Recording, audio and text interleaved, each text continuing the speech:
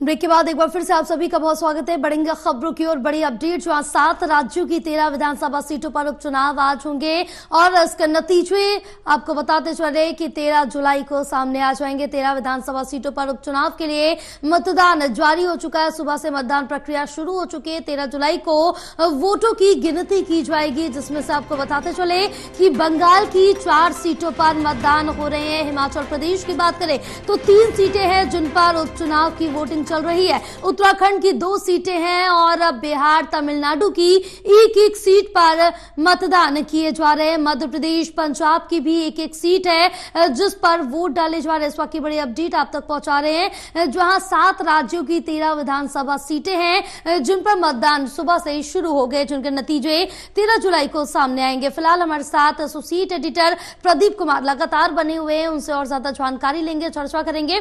प्रदीप, अब 7 राज्यों की 13 विधानसभा सीटों पर उपचुनाव आज हो रहा है और जिस तरह से देखें तो इंडिया और एनडीए गठबंधन की ये जोरदार टक्कर होने वाली, क्योंकि लोकसभा में जो दोनों में टकराव देखने को मिला था काफी जोरदार था। दोनों ने एक दूसरे को काफी बड़ी टक्कर दी थी।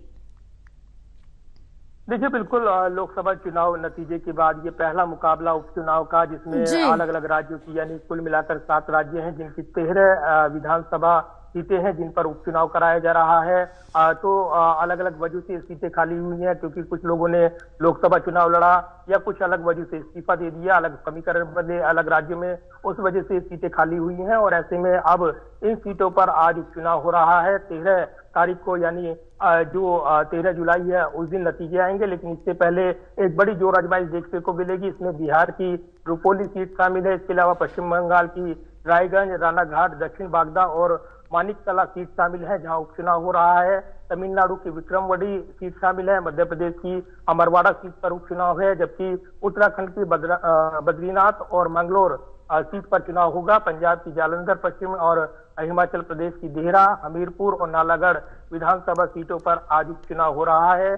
तो ये उपचुनाव ये काफी महत्वपूर्ण, क्योंकि अगर देखें उपचुनाव के लिए मतदान है, मतदान शुरू हो गया है, तस्वीरें आ रही हैं। पिछली बार इनमें से बीजेपी और निर्दलीय उम्मीदवारों को सबसे अधिक 3 सीटें मिली थी। बात अगर देखें सभी समीकरणों की तो वो निश्चित तौर पर यहाँ पर नजरों में रहेगा, क्योंकि पश्चिम बंगाल की जो 4 सीटें हैं वो उपचुनाव की वो निश्चित तौर पर कहीं न कहीं एक इशारा देगी। उपचुनाव के नतीजे कहीं न कहीं बड़ा इशारा करते हैं और इसलिए जो हिमाचल की बात है वहां पर 3 निर्दलीयों ने बीजेपी को समर्थन दे दिया था, उन सीटों पर चुनाव है। और खास बात यह कि देहरा से खुद मुख्यमंत्री सुक्खू की पत्नी चुनाव मैदान में है, तो ये मुकाबला कड़ा हो सकता है। तो इसके अलावा भी कई जो अलग अलग सीटें हैं उन पर मुकाबला देखने को मिलेगा। तो ये एक बड़ा मुकाबला बनकर उभरेगा ये कहा जा रहा है, क्योंकि हिमाचल प्रदेश की देहरा, हमीरपुर और नालागढ़ सीट पर जो उपचुनाव है वो निश्चित तौर पर सरकार को यहाँ पर परीक्षा की घड़ी है, क्योंकि ये सीटें अगर वो निकालते हैं तो एक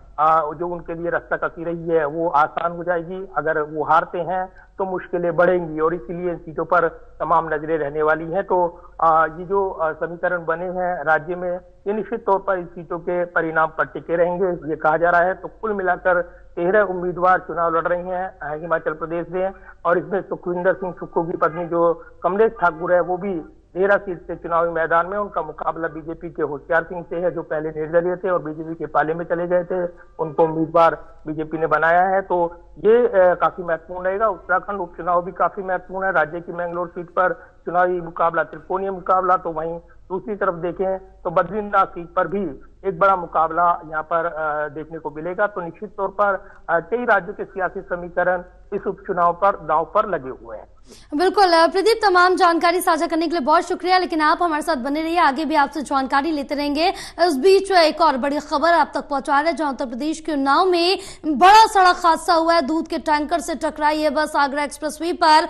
हादसे में 18 की मौत हो गई। हादसे पर राष्ट्रपति द्रौपदी मुर्मू ने दुख जताया। हादसे में लोगों की मृत्यु का समाचार अत्यंत दुखदायी है। हादसे पर मल्लिकार्जुन खड़गे ने दुख व्यक्त किया है। घायलों के के जल्द स्वस्थ होने की कामना की। पीड़ितों की सहायता में कोई कमी ना रखे, इंडिया ब्लॉक के कार्यकर्ताओं से अपील की है। पीड़ितों को हर संभव मदद पहुंचाया जाए। इस वक्त की बड़ी खबर आप तक पहुंचा रहे हैं, जहां आपको बताते चले कि बड़ा हादसा हुआ है उत्तर प्रदेश के उन्नाव में। ये बड़ा सड़क हादसा है। हमारे साथ एसोसिएट एडिटर प्रदीप कुमार लगातार बने हुए, उनसे और ज्यादा जानकारी लेंगे।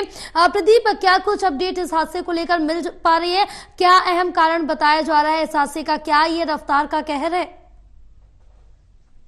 देखिए, बिल्कुल एक बड़ा हादसा हुआ है, दुखद हादसा हुआ है, और जिस तरीके से इस हादसे के बाद यहाँ पर संवेदनाएं जताई जा रही हैं, तो निश्चित तौर पर आगरा लखनऊ एक्सप्रेस वे पर जिस तरीके से हादसा हुआ है, 18 मौतों की खबर आई है, तो एक बड़ा ये हादसा है। दिल्ली से आ रही डबल डेकर बस दूध के टैंकर से टकरा गई और उसके बाद ये हादसा देखने को मिला है।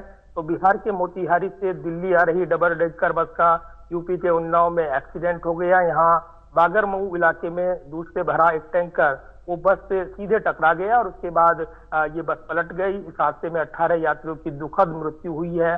तो काफी उनके परिजनों के लिए, शोक संतप्त परिजनों के लिए काफी यहाँ पर एक ऐसा पल है जिन्होंने अपने प्रियजनों को खो दिया है, और इसीलिए तमाम जो संवेदनाएं हैं यहाँ पर देखने को मिल रही है। एक दुखद हादसा। सड़क हादसों को कम करने के लिए सड़क परिवहन राज्य मंत्रालय की ओर से गाइडलाइन लगातार दी जाती है, लेकिन समय समय पर ऐसे हादसे देखने को मिलते हैं। लेकिन एक बड़ा हादसा हुआ है और उसके बाद हम देख रहे हैं प्रतिक्रियाएं जो यहाँ पर अलग अलग नेताओं की ओर से, यहाँ पर बड़े नेताओं की ओर से भी इस पर दुख जताया गया है। पीड़ितों को संवेदना दी गई है, राहत बचाओ अभियान चलाया गया है और इसके लिए मुआवजे का भी ऐलान किया गया है। लेकिन जिन लोगों ने अपने प्रियजनों को खो दिया है उनके लिए वाकई एक गमगीन करने वाला दिन है, शोकाकुल है, और वो इस दुखद घड़ी में उनके परिजनों को व्यक्ति विशेष सांत्वना दे रही हैं। मल्लिकार्जुन खड़गे ने ट्वीट किया है। इसके अलावा राष्ट्रपति की ओर से अन्य व्यक्ति भी लगातार इस दुखद घटना पर दुख जता रहे हैं। बिल्कुल, क्योंकि ये बड़ा हादसा है। फिलहाल प्रदीप, तमाम जानकारी साझा करने के लिए बहुत शुक्रिया आपका।